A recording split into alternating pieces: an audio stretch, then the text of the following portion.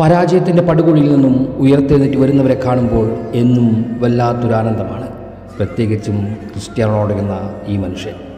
അയാളുടെ ടീം പരാജയപ്പെട്ടാൽ മുഴുവൻ പഴിയും അയാളുടെ ചുമലിൽ. വിജയിച്ചാലോ അത് ടീമിൻ്റെ പരാജയം.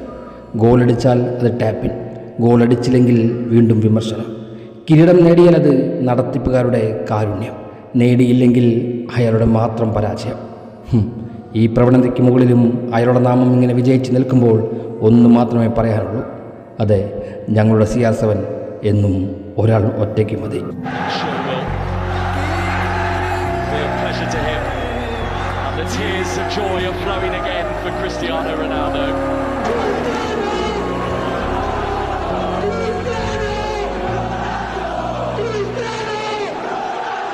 അയാൾക്ക് വയസ്സായി, ഓടാൻ പറ്റുന്നില്ല, ഡബിൾസ് ഇല്ല, പഴയ സ്റ്റൈലില്ല, സ്പീഡില്ല, അങ്ങനെ പലതും നഷ്ടപ്പെട്ടാലും സെറ്റ് പീസ് കഴിവ് അതെങ്കിലും കൈമോശം വരാതെ നോക്കേണ്ടേ? എത്ര കാലമായി ഒരു സെറ്റ് പീസ് കയറിയിട്ട്? എല്ലാം വാളിൽ തട്ടി മടങ്ങാറാണ് പതിവ്, ഇല്ലെങ്കിൽ പുറത്തേക്ക്. പണ്ട് ഇതേ ഇടങ്ങളിൽ നിന്നും എത്രയോ ഗോൾ നേടിയ ഒരു മനുഷ്യനാണ് അയാൾ. ഇന്ന് അതൊക്കെ എവിടെയോ പോയി. 60 മിനിറ്റ് തുടരുന്ന നേരം കിട്ടിയ ഫ്രീ കിക്ക് എടുക്കാൻ നിൽക്കുന്ന റൊണാൾഡോയുടെ നിമിഷത്തിൽ ഞാൻ ചിന്തിച്ചു കൂട്ടിയ വാക്കുകളാണിവ. പക്ഷേ എൻ്റെ തൂലികൾ പലപ്പോഴും പറയും പോലെ അയാളുടെ കാലുകൾ ചിന്തകളെയും മുൻവിധികളെയും പലപ്പോഴും തിരുത്തി വയ്ക്കുകയാണ് പതിവ്. അത് ഈ പ്രായത്തിലും. പ്രായം മനസ്സിനെയും ശരീരത്തെയും തളർത്തുന്ന ഒരു നേരമുണ്ട്. മനുഷ്യൻ സ്വയം പിടികൊടുക്കുന്ന സമയം, നരാചരകൾ പടർന്ന് പന്തലിക്കാൻ ശ്രമിക്കുന്ന നിമിഷം. അതിനെ ചില നേരം ഖണ്ഡിക്കും തരം ഒരു നാടൻ പ്രയോഗം കൂടിയുണ്ട്: വയസ്സൊക്കെ വെറും നമ്പറാണ് എന്ന്. ഇന്ന് ഈ ലോകത്ത് അതിന് ശാസ്ത്രീയമായ ഒരു തെളിവ് മാത്രമേ അവശേഷിക്കുന്നുള്ളൂ. അത് സാക്ഷാൽ ക്രിസ്ത്യാനോ റൊണാൾഡോ മാത്രമാണ്. എനിക്കത് വീണ്ടും എഴുതേണ്ടി വരുന്നു. അത് അർത്ഥമാക്കും വിധമാണ് ഞാൻ പിന്നീട് ദർശിച്ചതല്ല.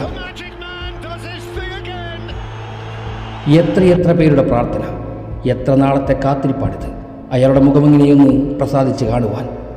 കണ്ണീരോടെ കളംവിട്ട ലോകകപ്പ് വേദികൾ, കയ്യിൽ നിന്നും തലനാരിലേക്ക് ചോർന്നു പോയ കിരീടങ്ങൾ, പ്രായത്തിൻ്റെ പേരിൽ, ഫോമിൻ്റെ പേരിൽ സ്വന്തം നാഷണൽ ടീം പോലും ബെഞ്ചിലിരുത്തി ഒറ്റപ്പെടുത്തിയ നിമിഷങ്ങൾ, മെസ്സി ആരാധകരുടെ നിരന്തരമായ കുത്തുവാക്കുകൾ.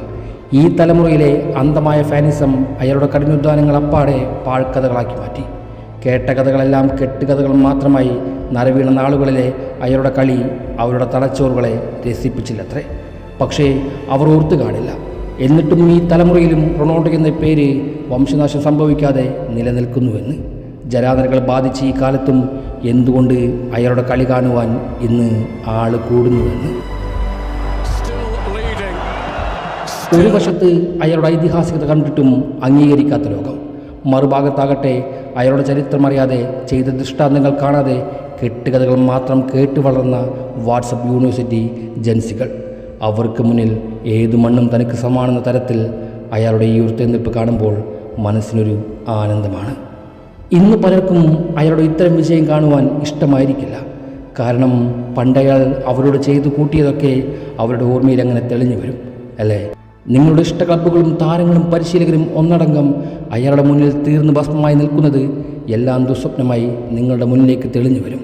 ഓൾഡ് ട്രാഫോർഡിലെ റെഡ് ഡെവിളും ബെർണാബിൽ വെളുത്ത ചെകുത്താനും യുവൻഡസിലെ ബ്രഹ്മരക്ഷസും എല്ലാം നിങ്ങളെ ഇന്നും വേട്ടയാടുന്നുണ്ട് എന്നതിൻ്റെ അർത്ഥമാണിത്. അയാളുടെ പതനം കാണുവാൻ നിങ്ങളുടെ ഈ കാത്തിരിപ്പ് എന്ന് അവസാനിക്കാനാണ്. പക്ഷേ അയാൾ എപ്പോൾ അവസാനിക്കണമെന്ന് അയാൾ തന്നെയല്ലേ തീരുമാനിക്കുക. പക്ഷേ നിങ്ങൾ അയാളെ വെറുക്കുന്നതിനേക്കാൾ ഇരട്ടി ആരാധനയോടെ ഒരു വലിയ ലോകം തന്നെ അയാൾക്കൊപ്പം ഇന്നുമുണ്ട്. വീഴ്ചകളിലും അവസാനം വരെ അതുണ്ടാകുകയും ചെയ്യും. അതുകൊണ്ട് തന്നെ വേൾഡ് കപ്പിന് ശേഷം ഇന്നോളം അയാൾ ഏറ്റുവാങ്ങേണ്ടി വന്ന എല്ലാ പരിഹാസങ്ങൾക്ക് മുകളിലും അയാളുടെ ഈ വിജയം കണ്ടു നിൽക്കുമ്പോൾ എങ്ങനെയാണ് കണ്ണ് കലങ്ങാതിരിക്കുക? പരാജയപ്പെട്ട് കാണാൻ ആഗ്രഹിച്ചവർ പോലും ഉള്ളുകൊണ്ട് സന്തോഷിച്ച് കാണണം. അയാളുടെ അതിജീവനത്തിൻ്റെ അധ്യായങ്ങളോർത്ത് അഭിമാനം കൊണ്ട് കാണണം. അതെ, 7 വർഷത്തിന് ശേഷം അൽ നാസർ ലീഗ് കിരീടം നേടുന്നു. അതും 7-ാം നമ്പർ ധരിച്ച് ലോകം വെട്ടിപ്പിടിച്ചവൻ്റെ കരങ്ങൾ കൊണ്ട്. ഇതിഹാസങ്ങളും ഐതിഹാസികതയും പലർക്കും എളുപ്പം നേടാൻ സാധിക്കുമെന്നാണ് വെപ്പ്.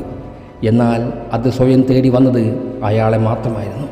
അതിന് കാരണം ഒരിക്കലും തോൽക്കാൻ ഇഷ്ടമില്ലാത്ത അയാളുടെ ജീവിതമാണ്, കഠിനാധ്വാനമാണ്, ആത്മവിശ്വാസമാണ്, പരാജയങ്ങളിൽ നിന്നും തളരാതെ തിരിച്ചു വരാനുള്ള അയാളുടെ ആവേശമാണ്.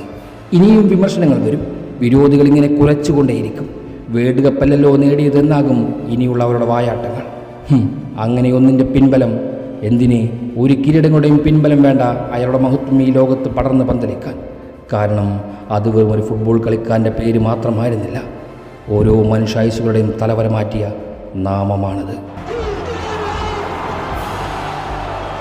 ഇനി വേൾഡ് കപ്പാണോ നിങ്ങളുടെ മികച്ചവനെന്ന മാനദണ്ഡമെങ്കിൽ അതിനു വേണ്ടിയുള്ള യാഗത്തിന് ഈ 6ാം തവണയും അയാളുടെ തോൽക്കാൻ ഇഷ്ടമില്ലാത്ത മനസ്സും മോശം വന്നിട്ടില്ലാത്ത സ്റ്റൈലും ആത്മവിശ്വാസവും കൂടെ ഞങ്ങളുടെ പ്രാർത്ഥനയും ഒരുങ്ങി നിൽക്കുന്നുണ്ട്.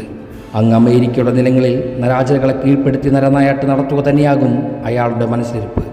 അതിനായി സ്വയം പരകായ പ്രവേശം നടത്തി സ്വയം മെരുക്കിയെടുത്തയാൾ വരാൻ തയ്യാറെടുക്കുന്നുണ്ടാകും. അതെ, ഒടുക്കത്തെ കളി കൂടി കാണും. എന്നിട്ടാകാം നിങ്ങളുടെ വിധിയെല്ലാം.